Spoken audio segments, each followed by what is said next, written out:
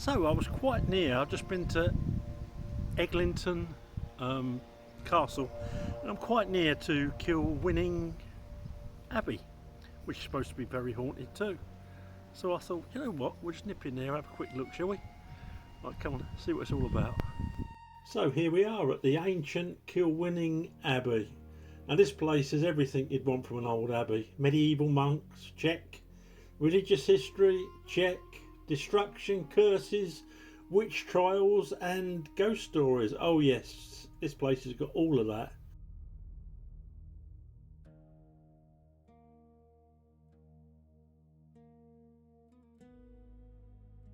So let's have a look around and see if we can find anything wanting to make a guest appearance.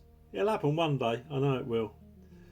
The abbey we see today dates back to the late 1100s and was founded by Tyronensian monks, a branch of the Benedictine order. They came here from Kelso Abbey and established what became one of the most important religious centres in western Scotland. In fact, monks lived here for around 400 years. 400 years. Before the abbey was even built, tradition says this site was associated with Saint Winning, the man who gave Kilwinning its name. The name literally means Church of Winning. So technically Kilwinning Abbey is in Kilwinning because of winning. If that sounds confusing, don't worry, medieval Scotland didn't have branding consultants. At its height, this would have been a massive complex with a grand church, towers, cloisters, workshops and even enough land to make the monks pretty influential around Ayrshire. Today, as you can see, only parts of it survive, but you can still get a sense of how impressive it must have looked. Imagine arriving here in the 1200s, no cars, no phones, no internet, just a huge stone abbey rising out of the landscape, and probably one monk asking another monk if he'd remembered to feed the chickens. Unfortunately, peaceful monasteries and Scottish history don't always go together. During the Protestant Reformation in the 1500s, religious houses across Scotland came under attack. Kilwinning Abbey was heavily damaged, plundered and eventually fell into ruin. By the end of the 16th century, much of it had been dismantled, with locals helping themselves to stone for other buildings. Basically medieval recycling. Need a wall? Take it from the abbey. Need a barn? Take it from the abbey. Need a garden feature? Take 2 bits of the abbey. So, ghost story time. Now this is where things get interesting, because if you have a building that's over 800 years old, full of monks, mysteries and tragic events, people are eventually going to start seeing ghosts. One of the darkest legends connected to Kilwinning Abbey tells of the Countess of Eglinton.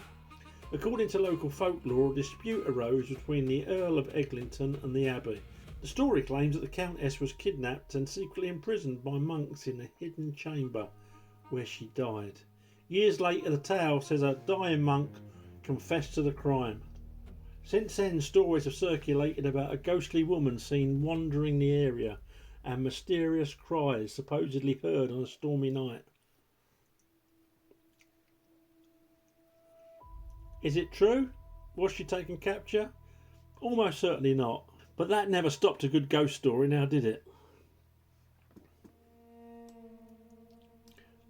Another legend tells of a monk watching the abbey being torn apart after the Reformation. Unable to stop the destruction, he supposedly called upon St Winning to save the monastery.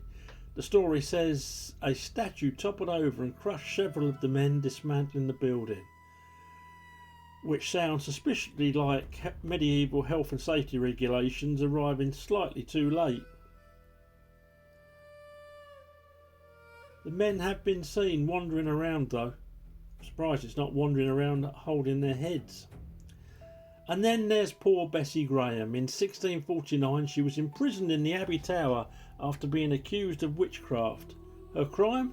Arguing with a neighbour. Honestly, if that was enough evidence today, half of Facebook would be being hung. Bessie was eventually convicted and executed after being declared a witch. Some locals claim strange feelings still linger around the old tower, which unfortunately I can't get to today.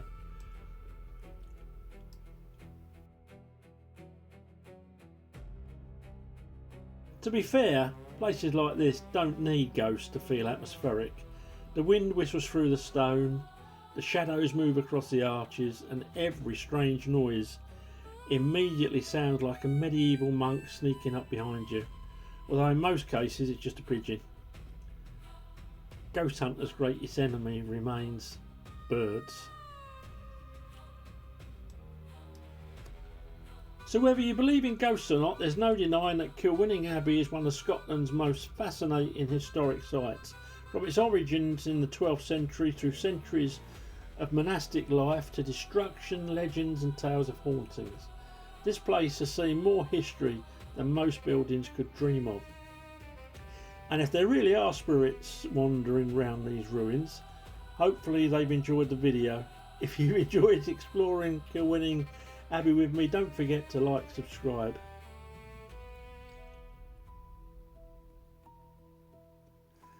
And I spoke to a guy. During the footage you'll see a strange guy wandering around. Don't know what he's doing, don't know who he is, but I stopped him and gave a few pleasantries. Afternoon, lovely place, isn't it? And he says it is at the moment, he said, but when the fog comes in they move about. I said, who's that? He said, the shadows. I didn't want to take the conversation too much further, but you get the gist. He's either a total nutcase or he actually sees things in the fog. Either way, hairs on the back of my neck stood up.